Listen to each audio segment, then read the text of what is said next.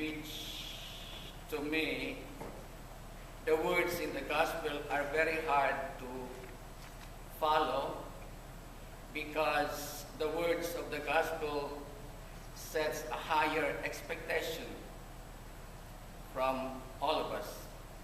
So as I am reading this, I think of the Olympic Winter Games that we have just witnessed or we have just watched. We have been watching the games since last week, right? Until today. And watching the Olympic Winter Games, which are very awe-inspiring, tell us of their performances that they are not allowed, that performers or athletes are not allowed to commit any mistake or error. Because a slight error in their performance means defeat. Because the distance between gold and silver and bronze is only 0.01 of a second. So these Olympic athletes are really superheroes. They are not normal human beings like us. It is because they set for themselves higher expectations. And they go beyond the limits of a normal human beings. And it is so with us, with this gospel lesson for today. First, the gospel said, in ancient times, it was said, do not commit murder, meaning do not kill somebody, do not take away somebody's life, because that is against the law.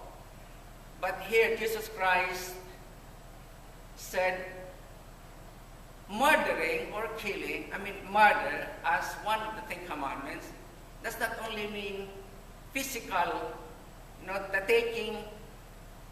the physical taking of somebody's life, but it is more than that. Because if you tell lies against somebody, that's already murder. You are killing somebody's reputation because you're talking against him and you are talking lies about the person. If you are insulting somebody, that's already a form of murder. If you're angry at somebody without reasons, that's already a form of murder. Meaning Jesus Christ sets a higher expectation, a higher level. So it's very difficult for us, Christians, to live according to the gospel. But we know that we are trying our best. We say we are trying hard, saints, right? We are saints because we are saved. And we are trying hard. We are trying hard. TH, right? In Filipino culture, we are TH, okay? Trying hard, saints, okay? Although we are saints, but we are not completely saints because we are still living on this earth. We are saved already, and we are living that saved life. But there is a higher expectation that Jesus Christ is setting for us. It is not simply as do not kill, do not take somebody's life, but it's more than that. Insulting somebody is already a murder. To be angry at somebody is already a murder. You see, very high expectations to be a Christian. That is the reason why in the early century of Christian history, there are so many people leaving the world. They left their families, they left their comfortable living, They live in caves because they are achieving that higher standard of Christian life. They remain single forever. They became monks. Okay, but of course, living alone or aspiring to remain single forever is also a very hard kind of life. There is a very high standard and full of temptation. Yeah, so very hard. So that's why St. Paul says it is better for you to get married than to be burning. So that's what St. Paul says, because St. Paul also knows how difficult it is to remain chaste forever. If you are really not born to be single, better get married. Okay. But if you set yourself to a higher standard and you can maintain the chastity, go on. So because that is what the Lord wants us to be. Okay. I also remember, in Intramuros, there is the palace of the Archbishop. During the time of Father Agrippa, okay, the palace of the Archbishop Nuzalida was inside Intramuros. And there was also a monastery for women, the Santa Catalina. According to the story, there was a secret tunnel that connects the palace of the Archbispo, the Archbishop Nuzalida, and other previous archbishops. And after Nuzalida, there was a secret tunnel that connects to the monastery of Santa Catalina. So just recently, while I was still in the Philippines, there was an excavation in Intramuros.